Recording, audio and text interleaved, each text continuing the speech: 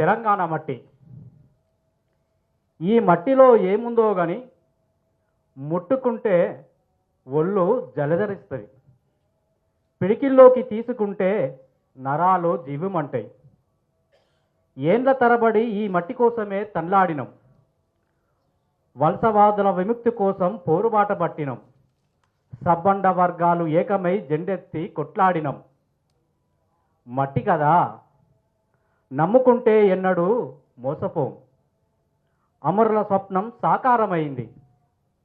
స్వరాష్ట్రంలో మన జెండాను సగర్వంగా ఎగరవేసి తలెత్తుకున్నాం. నీళ్లను కన్నుల పండుగ చూసుకున్నాం. బీడుబారిన భూముల్ని పచ్చగా చేసుకున్నాం.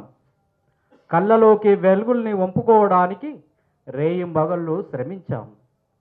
బడుగు బలహీనులకు చేయుతనయ్యాం. అంబేద్కర్ను నడిబొడ్డు మీద నిలబెట్టి గుండెలకు హత్తుకున్నాం.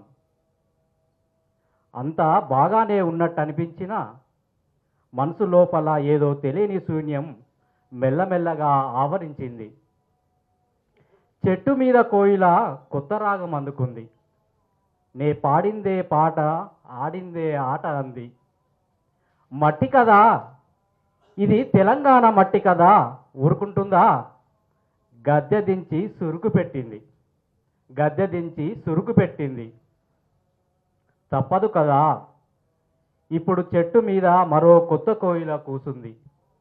ఇప్పుడు చెట్టు మీద మరో కొత్త కోయిల కూసుంది. కాస్త నిలబడాలే కదా. రాష్ట్ర గీతం, ప్రజా దర్బార్ అంటూ కాసేపు ఏదేదో హడావిడి చేసింది. ఎప్పుడు ఏం మాట్లాడినా